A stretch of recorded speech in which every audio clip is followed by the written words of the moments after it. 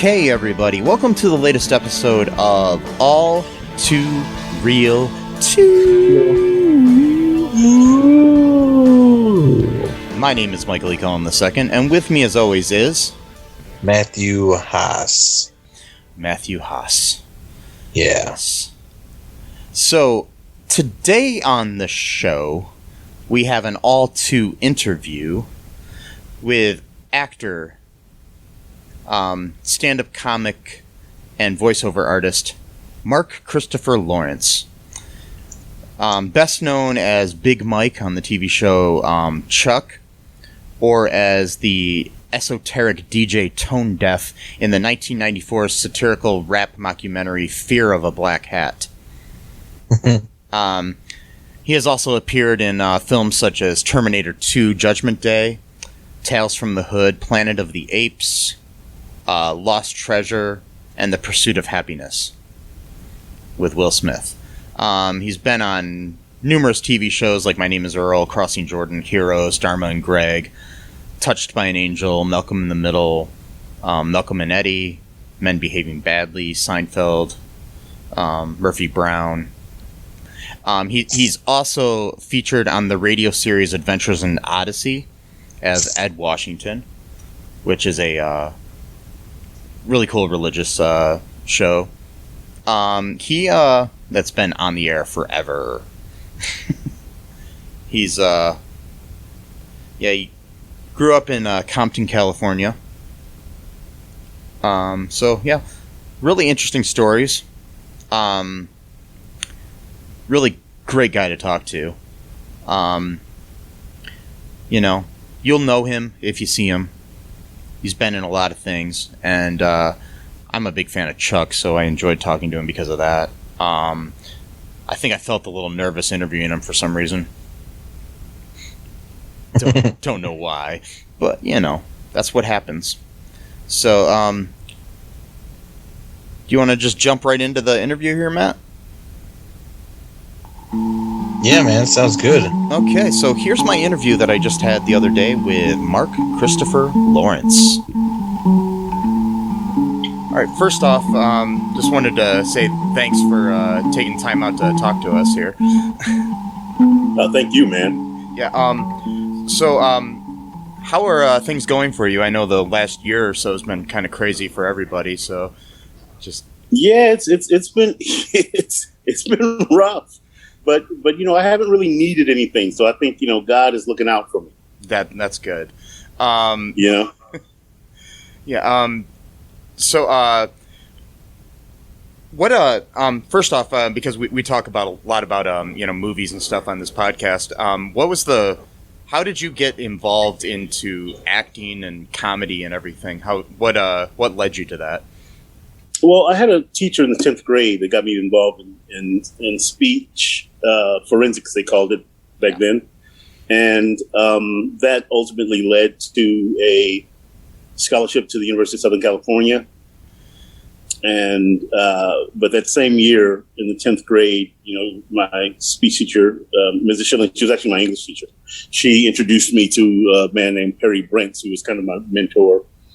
And he was at USC at the time, and he was producing these shows called Evening of Soul, and they were like a variety show, with comics. And he was friends with Rusty Cundiff, who I met when I was in 11th grade, and Rusty wrote and directed a lot of the Chappelle Show. And so Rusty and I became good friends. And but after doing one of those shows for him, the comedy bug bit me. And I went and did 3 minutes at an open mic at the Comedy Store in Hollywood. Awesome. And came off stage after getting bumped by Robin Williams. Robin Williams came in 2 people ahead of me and did 45 minutes. Jesus. I was supposed to go on at 10. Ended up getting up at midnight. And I came off stage, and Louis Anderson said, "Hey, you got something, kid. Keep writing." And that was the beginning of the comedy. And the same teacher put me in my first play. That's awesome. Which was Bus Stop. I played the learned professor in Bus Stop. That's cool. And, so that was when I got bit by the acting bug. But I didn't know that that's what I wanted to do until I got to USC and took a voice class for speaking and centering. I was already a junior. And the instructor says, "Well, you can't pass the class unless you do 2 monologues and 2 songs." So I did that. And then he talked me into auditioning for the Bachelor of Fine Arts acting program at USC. And I got in. And I was already a junior. So they put me in. It's a 4-year program. They put me in as a sophomore. They had 3 open slots. So myself and Tommy Ford, who was on the Martin Show as Tommy. Oh, yeah. He and I and this young lady, Sabina Weber, took those 3 spots. And I started working professionally the same year in theater and in television. That's cool. And so that was the beginning of that. And, the rest is history, as they say. So,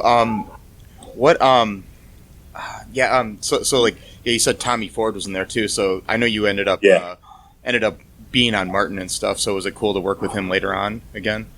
Yeah, well, it's funny. There's been two TV shows that I'm credited with that I actually did not do the work. Oh, really? And when you get hired as a guest star, if they write you out, if they write the part out, then you still get paid, and Gotcha.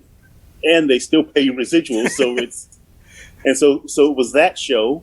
And Fresh Prince of Bel-Air. So you weren't in either one? I wasn't in either one. Because I haven't seen Martin in years, so I was just assuming when it said it on Wikipedia that you were in it. So, yeah. Right.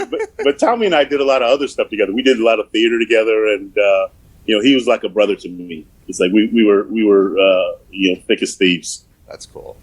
So you said that Louis Anderson told you that you got something. Was that very encouraging to you? Because I know Louis is a legend. So that was really awesome to me, because my friend Lennon, who another influence on my life, drove me to the Comedy Store, and he and I actually started doing a team comedy thing together. And then when I got to college, we sort of split up and did our separate things, but Louis, we had seen Louis several times before I even signed up for the open mic, and I just thought he was brilliant. Yeah. Yes, so it was great to get that feedback from him. What was the first movie or TV show that you ended up doing as an actor? First TV show was Hill Street Blues. That was my first audition. One of my debate speech coaches brought his friend who was an agent to see me in a play at USC, and she gave me her card. She says, "Give me a call." She says, "Let's talk about representation." And I said, "Okay." And so I call her, and she brings me into the office, and we talk about it. And I had never auditioned for anything before other than plays, in school. And then she says, "We got to get you some pictures." And I was broke, man. I'm from Compton, single parent, and she paid for my first pictures. And I ended up using those pictures for like 11 years. Finally, they were like, "We should get you some new pictures, because you although you look the same, these pictures have been out there for a while. So let's get some new pictures. You got some dough now. You can buy pictures." I was like, "All right." Well, you might as well use them if you can. Right. Hey, I got this whole box of them, so let's keep going. It's like I had an issue where I changed the name of because I'm a filmmaker. I changed the name of my production company, but I still have, and I'm never going to be able to use them. Like about 2,000 business cards from when my old. So I just like, you got to do like that sketch on In Living Color. Just scratch the number out, just right on the back of them. You go, "Hey, this is me, but this is the new number on the back."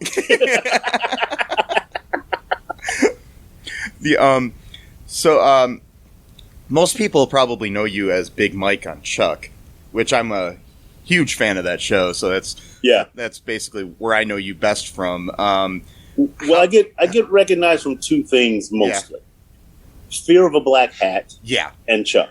Yeah. So those two things is usually what people recognize me from. Yeah. That's awesome. Yeah. And my voice from Adventures in Odyssey. Yeah. I saw that too. First off, let's go back to the Fear of a Black Hat. How did you get cast in that? Well, Rusty Cundiff, it's his project. He and I had been friends since the 11th grade, and he called me up one day and said, "Hey, I have this idea to do this project that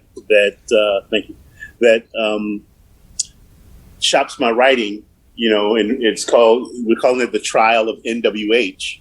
Yeah. And I was like, "Okay, yeah, I'm in." And so, we shoot it, and it's a cute little short film. I was in Canada doing stand-up, and I get a call from Rusty, probably like a year or two later. And he says, "Hey, ITC Entertainment Group saw the short, and they want to make a feature out of it. So where are you?" I said, "I'm in Canada." He says, "When do you get back?" I said, "I'm here for like 18 more days." He goes, "All right, well, when you get back, let's go to work." I was like, "Okay." And that was how that happened. What was that basically what catapulted you into people's stratosphere, where they noticed you and everything? No, I think at that point I had already done Terminator II. Oh, okay, cool.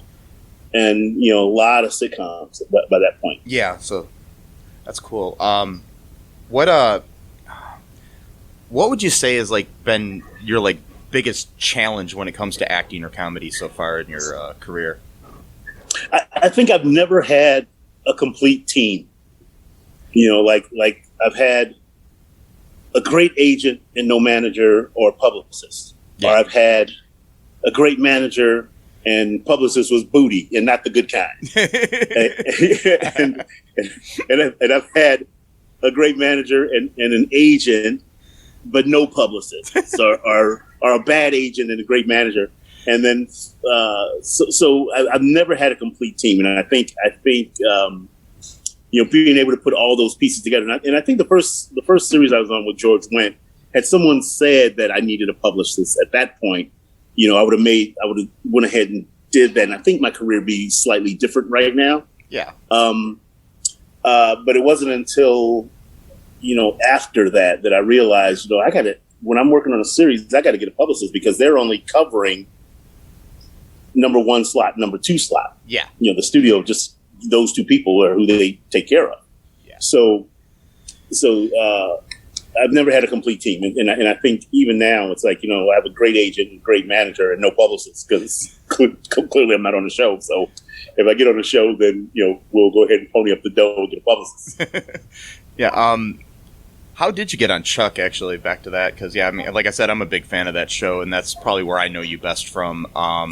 I've just recently binged watched the whole show again. So I started watching it recently, too. I've never seen the end of it. I didn't even read the final script. I just read my stuff. Yeah. Because I didn't want it to end because I was really enjoying it. So to get into it, I got an audition. It was pilot season, and I was up for 5 pilots. And Chuck, for me, wasn't even a series regular. It was guest star, possibly recurring. I read for the role of Harry Tank. Oh wow!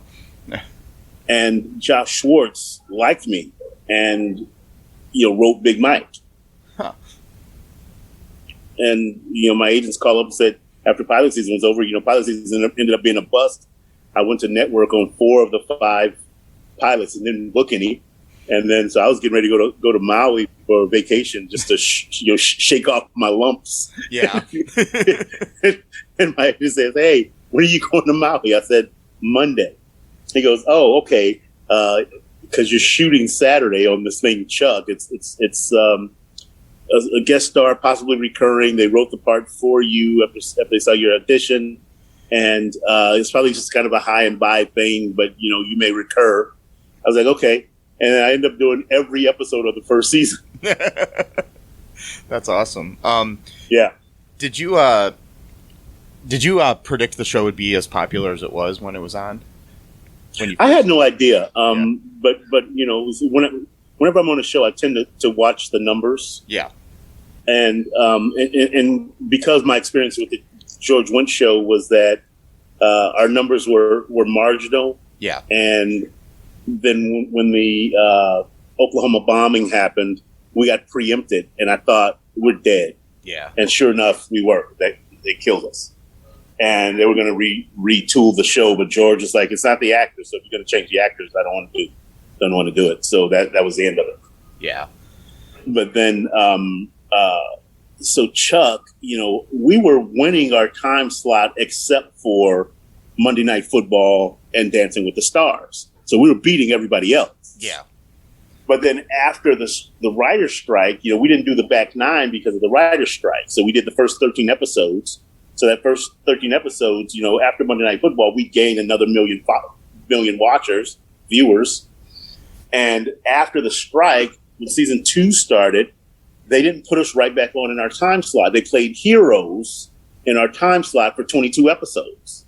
So we lost a lot of followers and viewers. So then I think that was where our struggles started happening after that. And NBC, they would wait to see if they picked up any of their stuff and before they would, do the deal for Chuck.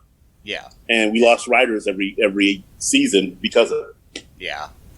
It was, I mean, I know it was never like a huge hit, but I mean, it's got a really big cult following, which I mean, has that, like, I mean, I think that's pretty cool. Has that affected you in any way? Like people show up for a comedy. Yeah. Which is fantastic. It's like I don't think since I've been on that show, I don't think I've ever been at a show where there hasn't been Chuck fans. That's awesome. Which is really cool. What would you say was the I know that I've noticed that you are very, very, very spiritual and very into God and everything. How has that influenced your career and your life? Clearly I'm not Christ. No. I think as Christians we're mandated to try to be Christ-like. We try to follow his teachings, and I think I understand that I'm a flawed human being. And I understand my weaknesses, and I pray about them, and I have people pray for me and keep me held up in prayer. And I think career-wise, I just go to work. I don't look at it as like I'm going to spread the gospel. I'm going to work. It's like whatever your day job is. People just go do their day job, and so I look at it as my day job, and I go do it. Yeah. If there's an opportunity, if there's an opportunity to talk to someone about God, because I feel led, then I will. Yeah. But it's not like I'm beating people up with it. Yeah. And that's always good too, because you don't want to turn off people or anything. People go, "Oh, here he comes." quick, look busy. I mean, I'm a very spiritual person. I'm not Christian, but I was raised Catholic, so I'm kind of I just kind of I'm Baha'i myself, so I think that like spirituality is good in our lives, and having some kind of connection to God helps. I think in guiding your life in any way, because it's you need something to guide you to look forward to in life and everything. Has it, helped you choose any roles or like deny anything or anything like that? I don't think so. I think I've only turned down 3 roles my entire career, and 2 of them came on the heels of Fear of a Black Hat, where I played a rapper. Yeah, and they were commercials, one in Germany and one here, both selling cigarettes, and it felt like because of the rapper thing and because of the content of the commercial, it felt like they were selling cigarettes to kids. And so I passed. Yeah. And then the other one there was an episode of Black Jesus. And I read it and I called my agents. I said, "Hey, I'm not trying to take the fast track to hell."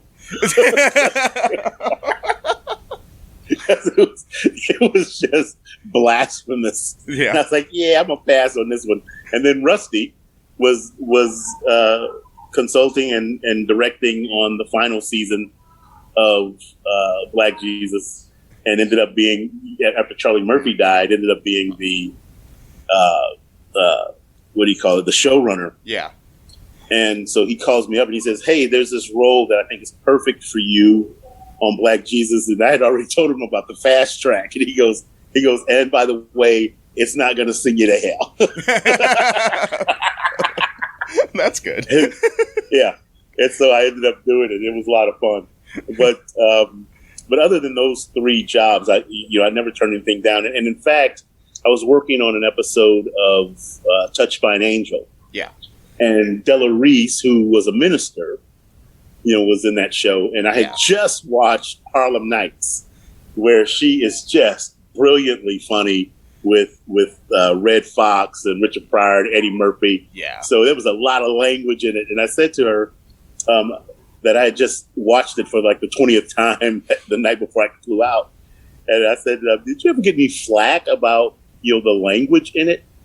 And she starts laughing. She goes, "Oh, Lord, they had me cussing like a sailor." And she goes, "I think you're asking me because you're conflicted about work and some of the things that you get presented with." And I said, "Yeah." And she goes, "Well, let me tell you this. The Lord is not going to open doors for you that he doesn't want you to go through." She says, "Take your work." She says, "When your work comes, take it. If people are too obtuse to understand that that's not you, that that's a character that you're playing, then that's on them."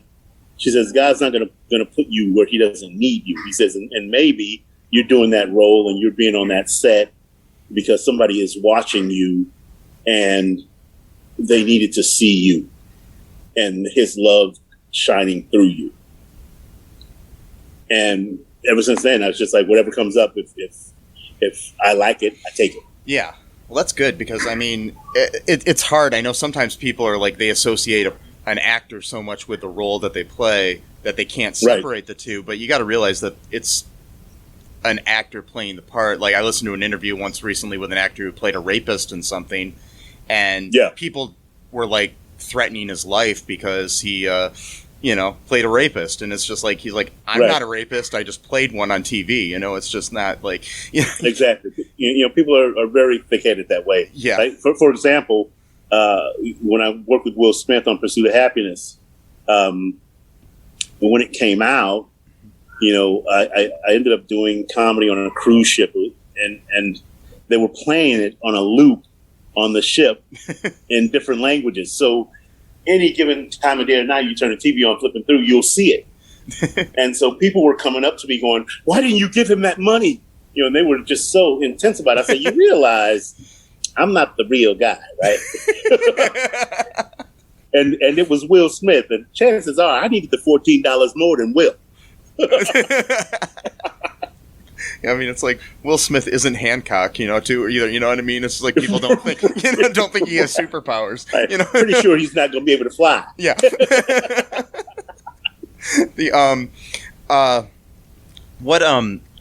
How's stand-up been lately? Like since the pandemic and everything. It was. When the pandemic started, I was really busy in 2019. I mean, it's like comedy-wise, I really started to take off. Yeah. And I think it was because of dry bar comedy. I was really getting a lot of bookings and toured Canada twice. And then all of a sudden the brakes slammed. I remember I finished a tour in Canada in February, came home, had a couple of days off, and then had a series of auditions, and then I had one last audition like the second week of March, and then I was getting ready to get back on the road again. And I did that audition, I called my agents, I said, "I think we got this one." And right the next week, I started getting phone calls and text messages, "Hey, we're going to have to reschedule," emails, we're going to have to cancel. There's a company that I was doing 4 events a year for as a host, corporate thing, and that went away. And from mid-March to July, everything that I had set up was gone. Yeah. And then as we got close to July, then the rest of the year disappeared. And but in June, that one movie came back, so I did that movie in Oklahoma right before their numbers spiked. Yeah, and I got out of there just in the nick of time.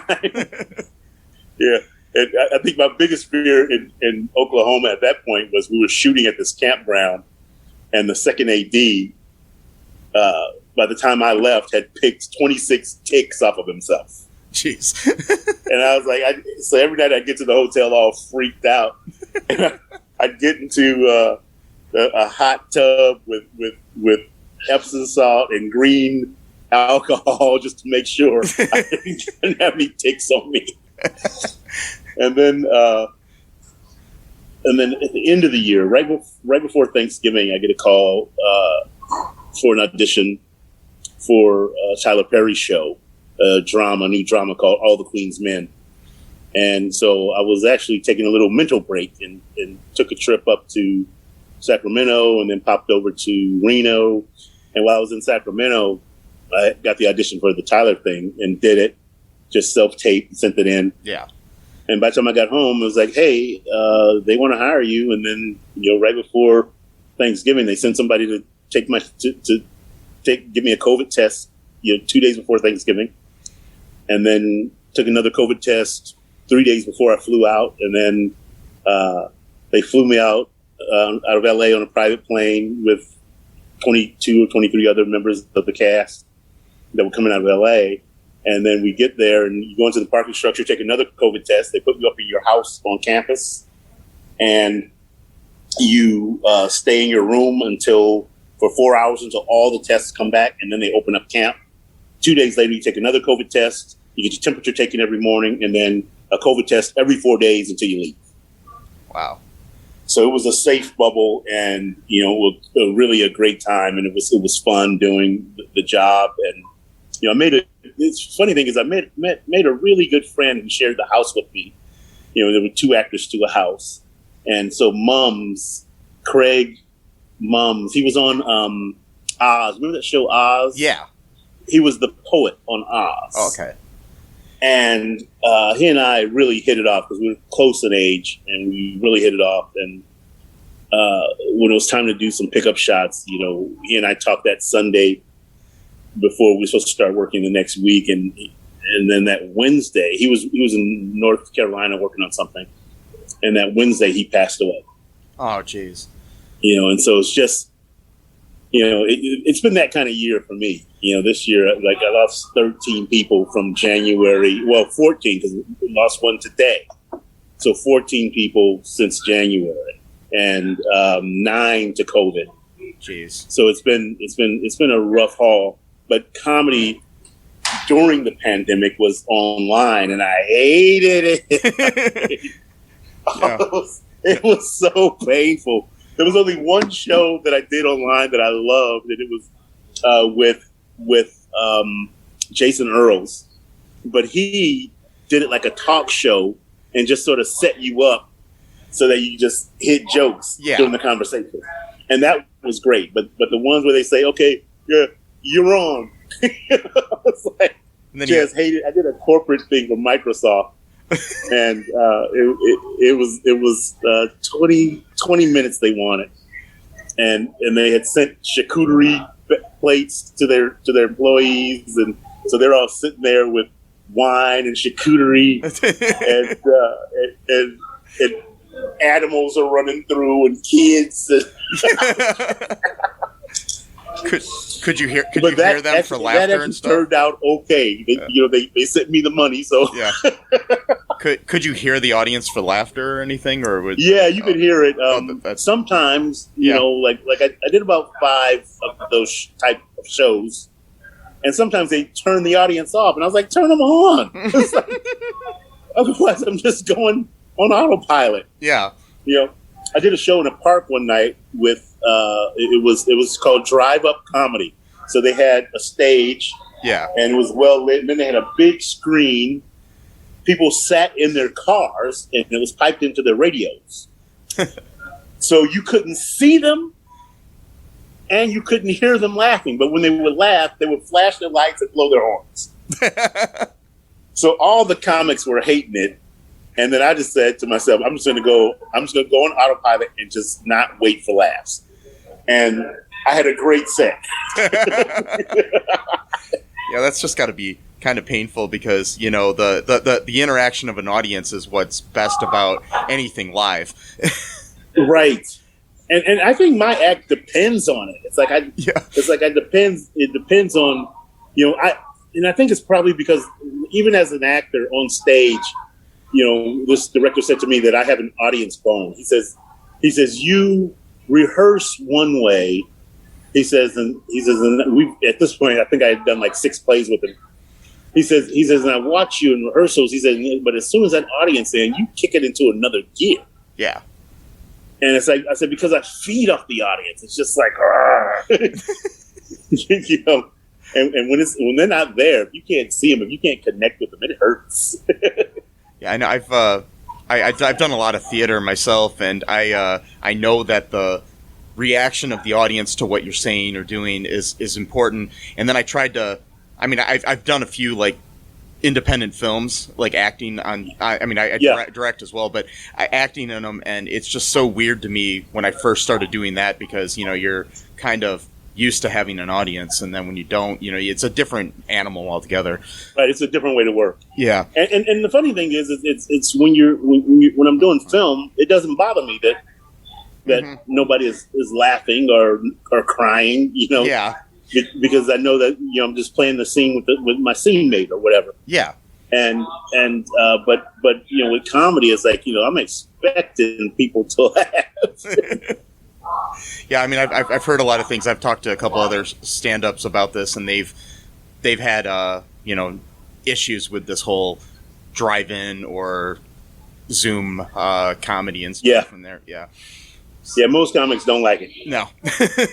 And the ones that the ones that do, the way I look at it is one of two things: either they're very new at it, or not very good at it.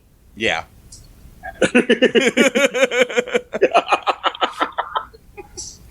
That makes sense. So when is that did that Tyler Perry thing already air, or is it going to air? August. It premieres in August. All the Queen's Men on BET Plus. Nice. Yeah, because I was curious about that. Mm-hmm. Check that out. Yeah.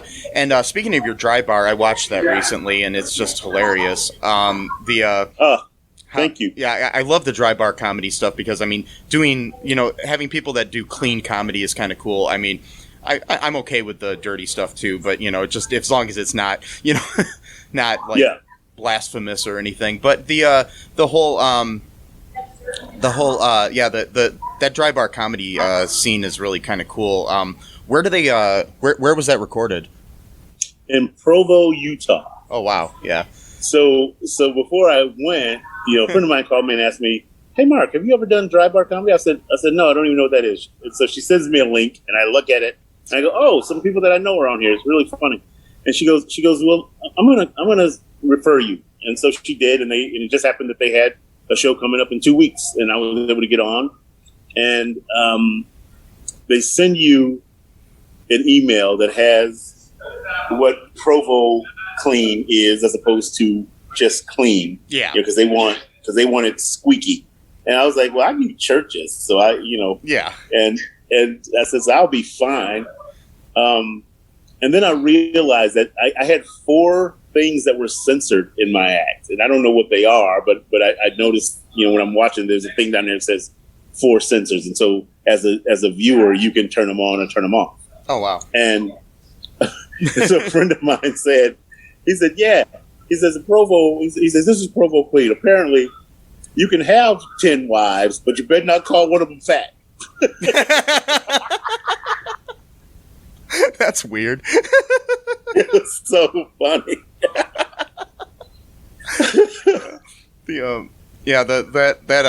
Because I mean that's all like Mormon country, right? You know, up there, right? Yeah. So my ex-fiance who I broke up with years ago, she was raised Mormon, so I know a lot. She had like all these restrictions when she was a kid of things she could and couldn't do. So it was just So I understand their bit of, you know, clean is different than other people's clean. Yeah. Yeah. Well, I mean, just like club clean is not necessarily church clean. Yeah, that's true. Like a lot of stuff that's clean for a club, you cannot do in a church. Yeah. Sometimes, clean could be just, you're not saying bad words, but then there could be, the body parts and all that kind of stuff. Yeah. And the topic, too, could be dirty in church mind. And I was lucky. Because I started comedy in 11th grade, I couldn't be dirty. Yeah. I still lived in my mother's house. Her friends from church, somebody would see me, out doing dirty comedy somewhere, and be calling her up, girl, you need to talk to that Mark Christopher, because he out there saying all kinds of nastiness. So I couldn't be dirty, Yeah. And then I was lucky enough to work with a bunch of comics that told me, write clean, because you can work anywhere. Yeah. Robin Harris, he was probably one of the funniest comics I've ever seen. It's like he hosted a show for years, the Comedy Act Theater in Leimert Park in L.A., and people came to see him. Yeah. Everybody else was just on his show. It's like, and he was so funny, and he would be dirty, during the Comedy Act Theater shows, and I would open for him like on a Saturday at 2:00 in the park, and squeaky clean, same act. Yeah. And he says, Mark, write clean. He says, a joke that's dirty by premise, you can't clean up. He said, but a clean joke, if you're out in the middle of nowhere and everybody is doing filthy jokes and that's what the audience needs, you can dirty a joke up, but you can't clean a joke up. It's dirty by premise. Yeah. And I was like, good. So he liked working with me in those situations because I was always clean. That's good advice. Yeah. Robin Harris was a legend. So funny. So funny. Yeah. Yeah. So sad that he died so young and everything too. So yeah. Yeah. It was like during Harlem Nights. It's like I thought this is going to blow him up. This was his big break, and then he died shortly after that. I worked with him Thursday and Friday, and I was supposed to work with him the following Wednesday at the Compton Casino, and he didn't show up. Wow. And they said, and he had died, and they said, Robin's not going to be here, so we're going to need you to do some more time. And I said, well, I know how much money Robin makes, so I'm going to need some more money. and that was the first time I headlined, was that night. Wow. Yeah, that's pretty cool. What do you have anything coming up like anytime soon? Like any other projects or any any movies or any stand up or anything coming up? I'm pitching a show right now. Rusty and I are pitching a show. We're one pitch away from figuring out where to go with it. We're pitching Luba Rockland Entertainment, and then I got a call, an email from David A.R. White. I'll probably be doing something for PureFlix in July sometime. Nice. So I think they're starting around the 8th of July. So shortly after that, I guess I'll go to work for a week. That's really cool. So that'll be fun. Yeah. And then, comedy, I'm like this weekend I'm in Dinuba, which is which is Central Valley, California. Oh, okay. And then so I'm there, and then I go from there to do a show in Monterey on Father's Day. Yeah. In Monterey. Nice. Yeah. What kind of advice would you give to anybody that's interested in getting into comedy or acting or anything of that nature that my listeners might be interested in hearing? Get some training. No matter what you're going to do, try to be the best at it. Get some training, work hard at it, because people are good. People are very good in it. Like as an actor, I always tell people if you don't get training and you show up to an audition and you see me sitting in there, you're not getting the job. Yeah. Because I'm ready. Yeah. And there's a lot of actors that are ready. So get some training, get as much training as you can. Good looks is not enough. And I've been pretty a long time, but exactly. It's still jumping through the hoops. So, yeah. Get some training, train. And when you think that you're the best you can be at your craft, train some more, and comedy, a lot of times people think because they're funny at work or funny at school with their friends, that you can go up and be funny on stage. And, it's very rare that happens. Yeah. Know exactly what you're going to say before you get on stage. Because the thing about being at work and at school, your friends set you up. Yeah. So that you can hit jokes out of the park. It's like you're telling a story and they're helping you and they're playing your straight man. So as a comic, you're by yourself. You got to set yourself up. So definitely write jokes, know what you're going to say. Many comics have started and finished in one night. Yeah. I've actually seen it happen. So yeah. I've gone to a lot of open mics locally and stuff, and yeah, I've seen some people that like I had a friend go up and he's just like, "Yep, that's it, I'm done." Yeah, like, okay. It's not for everybody. That's for No. sure. Where are you located? Toledo, Ohio. Oh, Toledo. Yeah. It's not for everybody. No. What's the chain out there? We have a Funny Bone locally. Funny Bone. Yeah. We used I to haven't been to Funny Bone in years. I got to get out there. Yeah, we used to have a local Connections comedy club, which was in Toledo itself, and then I used to go there a lot, and then it closed because people just stopped coming because Funny Bone I think kind of took people away. So yeah, but at least we still have something here. Yeah, good. I think there's a influx of clubs coming back. Yeah. Like in the 80s, there was a lot of comedy on TV. There was even at the Improv, there was Caroline's Comedy Hour. Yeah. There's all this comedy on TV. People stopped going to clubs, and it killed a lot of clubs. Yeah. But now clubs are coming back. Like San Diego is really emerging as a nice hub of comedy. Yeah. There's the Madhouse, there's the Comedy Store, American Comedy Company. There was the Comedy Palace, but they just sold to somebody else. They're renovating the space, and they're going to continue to be a comedy club. So there's 4 full-time comedy clubs there. Nice. And then tons of one-nighters. So there's I think an influx of comedy around the country. And I think, with the year that we've had, or a couple of years, we need comedy. We need to laugh. We need to embrace each other and support each other and lift each other up and help each other understand that just because we don't look alike, we're not the same. We all bleed the same. Yeah, we all bleed red. Yeah. So, hopefully. I mean, red, white, and blue. Yeah. America.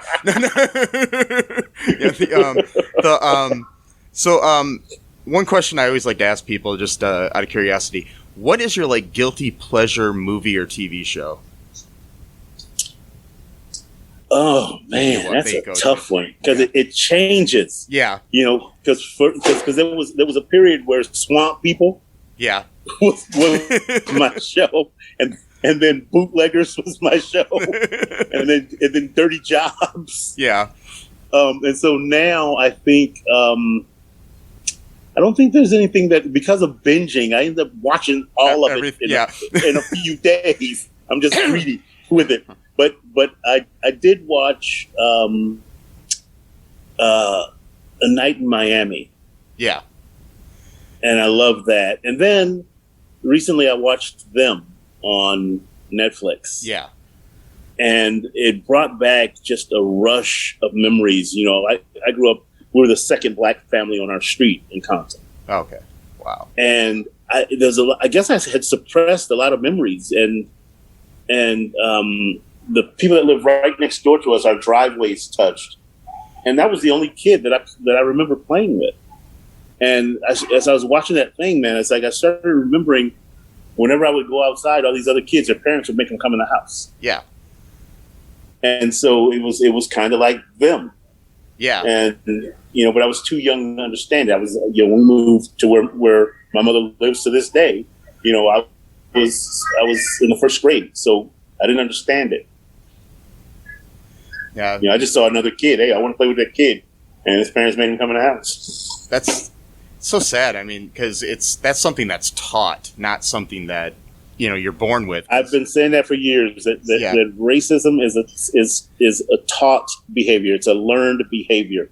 You're not born racist, and if you say you are, slap yourself. Yeah, because there's no reason. I mean, because like you said, you put two kids together, it doesn't matter what race or background they are. They're gonna they're gonna Right. play in some way, you know, That- because they're that's kids. a kid. Exactly. Yeah. I don't want to play with that kid. Yeah. It's just, yeah, because I mean, I've seen it every day, you know, like my nieces and Right. nephews, you know, they don't care who.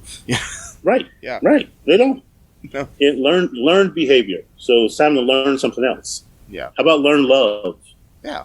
You know? I mean, if we all just, I mean, you can't, you know, obviously you can't, like, I mean, when people say, oh, I don't see color, you know, that's another story, but. Right. Well, if you don't see color, then you don't see me and my plight. Yeah. Because you got to know, you know. I mean, we got to realize we have differences, but the thing is we have more in common than we have different, but we also have the whole, you know. Exactly. The whole, you know, you just got to understand people's struggles and understand people's joys, understand people's pains, you know, just kind of. Right. Yeah. And how does someone else's pain affect me? Yeah. And you know, what can I do to help? Yeah. You know, one of my best friends said to me right after George Floyd died, he says, you know, he says, I don't understand the Black Lives Matter movement. He says, you know, this burning of stuff. I said, well, you know, if you watch some of those videos, it's not the Black Lives Matter people that are burning stuff. I said, it's others. Yeah. I said, and the thing is that I said, Richard, as my friend, I know your heart. I know who you are. I said, but I think what needs to happen is people like you who have friends who look like me, you know, need to just start being vocal about, you know, the love that's there and Yeah. and you know, when you see something that's not right, say something. Yeah, I mean, it's like I work at a Walmart, and I was in there one day, and this I heard this like, you know, stereotypical racist looking white guy in there making fun of these Muslim people that walked in, or Middle Eastern people. I'm assuming they were Muslim because they were wearing thing and they were making fun of them. I walked up to him and I was like, dude, that's not cool, you know. And he's like, yeah. But then he took it out on me. He's like, why are you defending them? And I'm like, because I can, you know. It's just right, because somebody needs to, because clearly, you know, you're not elevated enough. No. Yeah. And it's like, yeah. And then, you know, of course he was going to try to call the manager on me, and I'm like, yeah, go ahead, they'll defend me, I know they will. So but yeah, it's just, you know, you got to stick up for people. And I mean, that's like, you know, you can't, you know, especially if you have privilege like I do as a white man, you know. But you got to kind of just stick up for people, and that's the and not let other people talk you out of it, because, you know, we're all one human family. Yeah Absolutely. Anything else you'd want to promote or talk about before we wrap things up here? No, I think we pretty much covered it all. You know, look me up on markchristopherlawrence.com and you know, join me, you know, on Instagram, and all my social media buttons are on there. I just started TikTok the other day. I've had the app for 2 years and never used it. Yeah. And so finally I started doing something on it the other day, and I was like, oh, okay, I can get it now. Yeah, I got the app the other day. I still don't get it, but I'll. Yeah. It's like every time one of these new social media things comes out, I'm like, I'm 43, and I'm like, what are the kids doing these days? You know, so it's exactly. That's kind of what my post was. Yeah, you can see it on Instagram. But also, you know, check out my dry bar. I think that actually helps me keep a roof over my head. Yeah, it's hilarious too. I mean, it's one of my favorite of the dry bars that I've seen. So it's great. And I just wanted to thank you again for taking time out to talk to me. Really appreciate it. Big fan of your work, and thank you. Yeah, and if you ever want to have anything to promote or anything, you want to come back on, just message me and let me know. Absolutely, I'll hit you up. I appreciate it. Yeah, no problem. And you have a good night and good sets this weekend at your comedy gigs. Thanks, Mike. I appreciate it, man. Thanks, Mark. Take care of yourself. Have a fantastic weekend. You too. Bye. All right. God bless. Okay, that was my interview there with Mark Christopher Lawrence. Some great stories there. Yeah, you know, little There might have been a little bit of I apologize for any of the background noise there. He was recording it in the lobby of a hotel when on his way to a gig, so so we got some background noise in there, which is fine because that's life, man. That's life. Some great advice there. He gets a character, you know. Yeah, and we had some good stories there about his about talking to Della Reese on Touched by an Angel and different things like that, which I really enjoyed. He's a very spiritual guy, which I think is really cool. That whatever your religious beliefs or not are cool, and I think when you're true to yourself in your craft and realize that you can play characters who are bad and it's fine, even if you're a very religious person, because you're not that character. That's something that people need to understand when you're talking about an actor.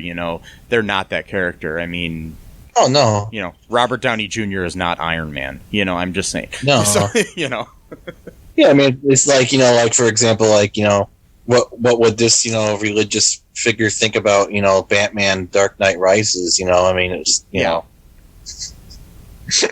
not naming names, but yeah.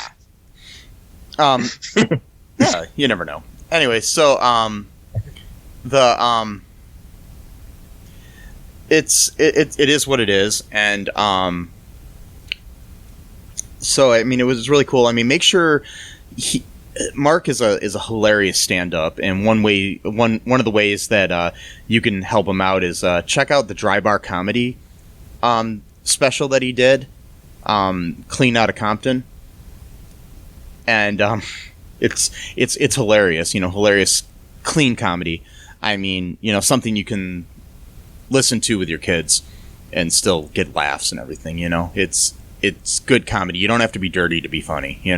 See, that's what right there is that takes a lot of talent, because anyone could just say a bunch of bad words or be shocking or whatever, and get some nervous laughter out of people. You know what I mean? But yeah, it's like Mark was saying in the interview. He was talking about the fact that he was taught by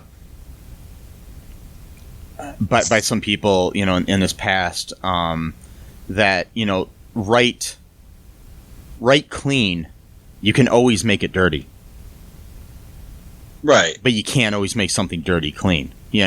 Is basically the premise. So he's like, if you write clean, you're going to always be able to work. You can open up for anybody.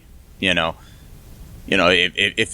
you write clean, you can go on tour with Brian Regan or something, and then who's known for being a clean comic, and but you could probably still do those same jokes with Chris Rock or somebody. You know what I mean? It's just whatever whatever you do, and I mean that's a good lesson, because the thing is like a lot of people will think that it's just funny to say the F word, or it's funny to be gross or something like that. But the thing is if there's no craft behind that, you're just saying the F word for the sake of saying the F word and getting a giggle out of it.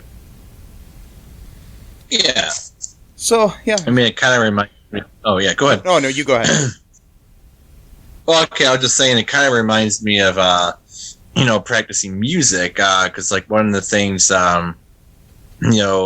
they would teach us in like orchestra or whatever when I was like younger is actually try to learn the song faster than what it actually is, so that when you actually play it at normal speed, it's not like you're struggling so hard to do it. Yeah. So it's a little bit different, but kind of see a sort of similarity of that. Yeah, I mean it's kind of like in art. They want you to learn how to paint a bowl of fruit like it looks first, and then you can draw. Then you could draw or paint an abstract version of that bowl of fruit. You know what I mean? Yeah. Yeah. So, anyways, like I said, be sure to check out. We'll have some links in the show notes to stuff about Mark Christopher Lawrence, and another thing too. watch Chuck if you haven't yet. You know, it's on it's on Amazon right now. You know, it's probably one of the best like spy shows that was ever on TV. Really funny, really great, and Mark is hilarious in it. So, anyways, that was Mark Christopher Lawrence. Anything else before we wrap things up here, Matt? No, that's good. Okay. Well, until next time, go to our. There's one thing you can go to our Patreon. Check out our Patreon there. We got some cool stuff that's in the links. Check out our TeePublic. Get some cool shirts. Also, give us a 5-star review on Apple Podcast. That helps out the show more than you would know. I mean, it helps people find us. And be kind. Rewind. I don't know what that means. I don't know what that means. I really don't. It's okay. I mean, it doesn't mean anything really. Yeah. I mean, it does. It does and doesn't. It's like it's a paradox. But actually, you know what we should say? Be kind and live in the present. Ooh, I like that. Yes. Actually. Be kind, live in the present, and give each other presents. Yeah. Okay. Yes. Even if it's just the presence of mind. See what I did there? Yeah. Okay. Anyways. I did. All right. Until next time. Bye-bye. Thanks for listening to All Too Real 2 podcast, a Cullen Park production. Produced and edited by Michael E. Cullen II. Music by Matthew Hawes. Subscribe and share the show. Visit us at cullenpark.com.